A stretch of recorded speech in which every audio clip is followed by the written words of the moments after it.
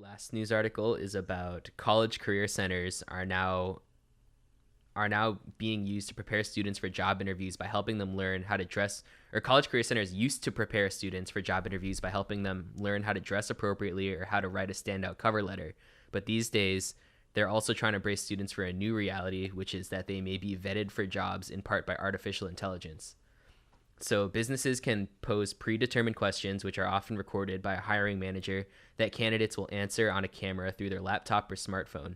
And increasingly, those videos are then pored over by algorithms analyzing details such as words and grammar, facial expressions, and the tonality of the job applicant's voice, trying to determine what kind of attributes a person may have. And based on the analysis, the algorithms will conclude whether the candidate is tenacious, resilient, or good at working on a team, for instance. And a quote by a student in the article who is currently being prepped for the job search said, "Once I understood the AI interview process, I definitely started thinking about it as a game and how I could optimize for certain qualities or gestures." Yeah. That's interviews, though, in general. Yeah. General, you're trying to present your best self. Yeah. Well, the interview process is so strange because, so the company is looking to hire someone that they can pay less money than they're worth. That's the whole goal of the company. And the interviewer, on average, is looking to, grow, not necessarily get paid more than they're worth. I just get the job in many cases. But for the ones that aren't good enough, don't stand out, it's convince a company that they are, in fact, better than they might truly be. Interviewing is a skill. I'm a 10 out of 10 interviewer. I'm not a 10 out of 10 employee. It absolutely is not one-to-one. Even when people say, like in finance, I had to do some financial modeling as part of my interview, which is technically part of the job. But what's not part of the job is schmoozing with the managers, and that was half of my interviews. You know what I mean? So, I did consulting case studies, which were not what an analyst at a consulting firm does. For those of you who are consultants, a consulting case studies would be like, XYZ business made $10 million 2 years ago, but $8 million last year. They've hired our consulting firm to come in and see what the problem is. Like, how would you go about thinking about this? I'd be like, well, I'd want to know, what was their revenue and what was their expenses? Well, revenue stayed flat, but interesting. Can I dig into the and you ask these high order questions. When you come in as an analyst, they hand you a spreadsheet, and it's got 40,000 lines of toilet paper that has been purchased at various prices, and some other person decided what you were going to do. It's like, this isn't the job. Not even close, not even for a long, long time. And it's funny that they ask you to think like that. For anyone that's in charge of hiring, what we've done, which I think has been very helpful, is we just make people do the job. So if we're hiring a script writer, we just make you write a script. Yeah. We go, this is the job. We're not going to make you answer questions about the philosophy of a script. We're not going to theorize about what makes good writing and ask you, how many adjectives per sentence? We just go, will you write a script about Craig Ferguson? And then we'll read it. We'll see if it's good. And I think to me, that seems like the most logical way to hire. Which is funny because at no point in a consulting thing do they mention Excel. Yeah. And I lived in Excel. They're like, oh, we could teach you the Excel. What we can't teach you are these higher order skills. It's like weird because there's a book called Crack the Case that's only this thick. Yeah. And it taught me how to do this. That's the other thing I was going to say. So if you're an employer, I think make your interview as much as possible like the job. If you're trying to get a job, it is so easy to hack interviews. Yeah. So easy. Well, the way they're set up is a joke. Just find out what the interview is going to be like by researching online or reading about the industry or finding other people that have interviewed, and then just practice it.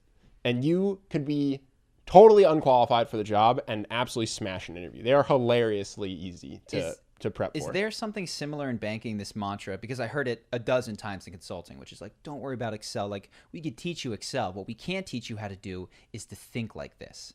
And it's completely backwards. Thinking like that takes 30 to 45 minutes. Microsoft Excel macros are so much more complex. So I'm curious if there's anything like that in finance where they go, don't worry about this. What I need to know is that you can... Well, not really, but you just know ahead of time what they're going to ask. They're like, run through a DCF model by hand. So this is what you're going to make in Excel. It's a discounted cash flow model, but you're going to have to do it with pen and paper, which is even harder. And it is harder the first time you do it. But if you do any research into investment banking, they're going to ask you to do it. You practice it 10 times, and then it's really easy. So they should be asking you questions that will tie into your job, but that you don't know are coming to see what your actual knowledge base is. But instead, they really just test how good are you at doing this thing that you saw coming. Yeah. How prepped are you? I'll tell you what we do, and I think this is probably the most we've done a lot of hiring over the last several years. We've messed up a ton of times, so we have some data on what has and hasn't worked. If you are, I guess this is useful both if you're a hirer for sure, but also if you're reaching out for a job. Yeah, I assume most people are on the other end. They don't necessarily own a business. But this, I think if people are smart, they're going to start moving in this direction. Whenever anybody asks me how to hire, I do this. First thing, in the job description somewhere, I bury something. And it's like in the 8th paragraph down, whatever. It's like, by the way, make the subject line of your response, I am a rock star. And I throw out every single application that hasn't caught this thing. Mm-hmm.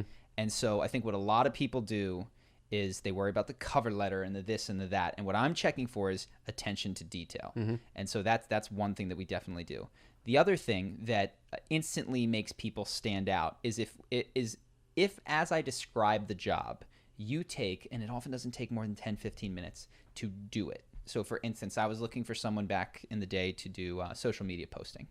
And I was looking, point to some campaigns that you've done in the past. And the woman that we hired, who has been one of our best employees, wrote, hey, I took some of the quotes that you said in your last video, and I made a mock-up of what those might look like on Instagram. And she sent me 6 of the quotes, just, blue background, nice quote, cool font. Yeah, and if someone else had a better resume, let's say, she had 3 years of experience, you have 7. Or say she charged more money, or say she's going to crush you because you wrote in a piece of paper.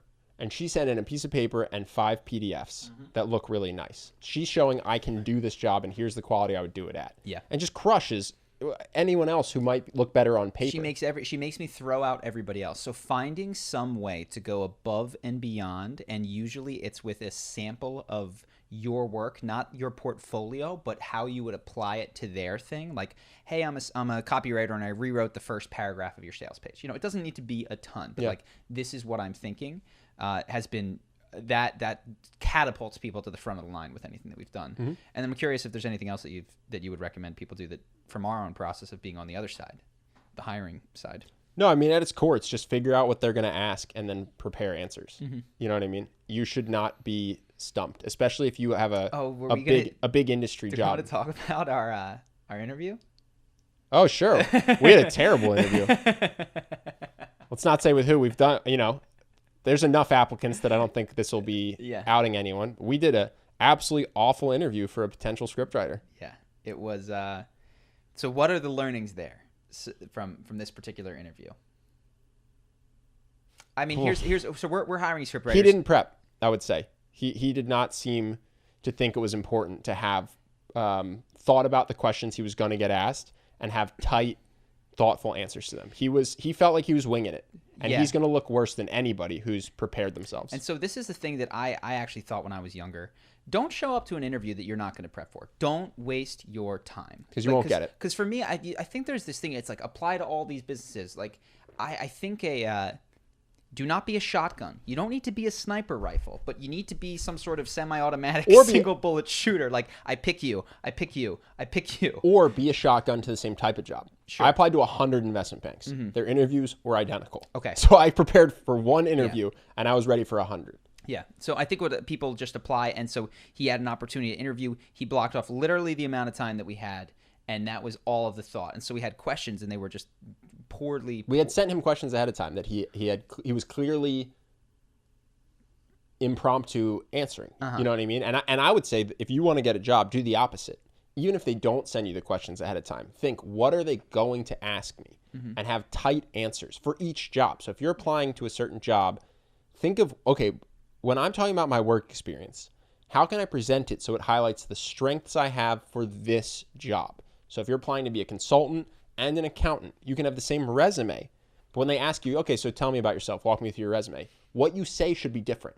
When you're talking to the management consulting firm, you should be highlighting what makes you a good consultant. And when you're talking to the accountant, you should not be saying what makes you a good consultant. Yeah. If your spiel is the same, you're going to lose to the person who has thought, how do I present myself for this company to be excellent for them? I think for almost every interview, the other skill that sounds like it doesn't but matters is storytelling.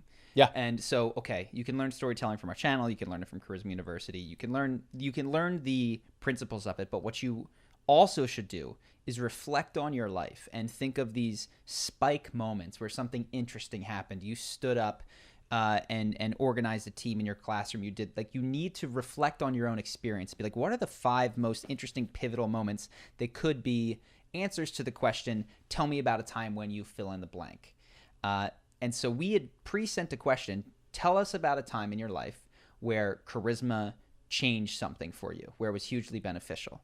And the answer we got was, there's not really a time, like, it's just always been part of me. I'm always charismatic, and everything good that's ever happened to me was because of my charisma. Yeah. And we're sitting there going, this does not help me imagine you at all. I have no concreteness around your strengths now. I've learned nothing about you. Yeah. Yeah. Not to mention that it was not a good interview other than that. It's like, that's not on this interview. It wasn't with you. But then the last, so that's things to learn. But what I learned in this interview about the industry is, so we're talking to people who write for other organizations that you would see. For instance, if you Google how to be confident, how to do this, the big companies that come up are the Fortune, Forbes, Time, Inc., you name them. The ones that are going to come up that have those 750 word articles with 10 steps to whatever. These are people that write these articles. And what I realized, the process, which we asked about and confirmed, to writing this is to see what other people have written, work really hard to get the SEO, the search engine optimization, to make yours rank. So you get the right title and the right number of steps into this. And then basically just reconfigure pre-existing advice written by people who don't really know what they're talking about. My biggest takeaway from talking to this guy was, be careful who you are learning from online. Because often what happens is, when you're trying to learn something, it means you don't know about it. And that means that you don't recognize necessarily when the person you're learning from also knows nothing about it. The example that was given specifically on the call was how to start a business. He's like, yeah, I wrote an article on how to start a business. And so we asked, did you start a business? And basically the answer is, I filed for an LLC 10 years ago, which is not how to start a business at all. Right. You know what I mean? Like, there's obviously more than the filing of that. Like, LegalZoom can handle that for you. And this is someone that is maybe ranking on the first page, teaching you how to start a business. Yeah, and the article was going to look credible because it's on Inc. or Forbes or someone like that, right? And so the takeaway I had was, if I want to learn how to start a business, I need to make sure I'm learning it from Richard Branson or some self-made millionaire who's living a lifestyle business I want, or whatever it is. And if I'm learning about fitness, I want to make sure I'm learning it from somebody who appears to be fit and should know what they're talking about. And it was, I couldn't believe that a guy who had never started a business is one of the top articles. Well, I don't know how he ranks, but like that's the goal, is for that these organizations have staff writers that they pay to write about things of which they know very little. And the process of research is regurgitate the other stuff. And it's so unfortunate, because then when you want to know how to start a business and you try to learn, you end up reading something that's not based on experience. Yeah. It's not going to help you start a business. Yeah. Crazy. So that was a learning experience for. If you do want to start a business, I get no money for this, but read the 4 Hour Work Week, because that's a guy who did start a business. Yeah. And I can vouch for it because I started a business with that information. Anywho.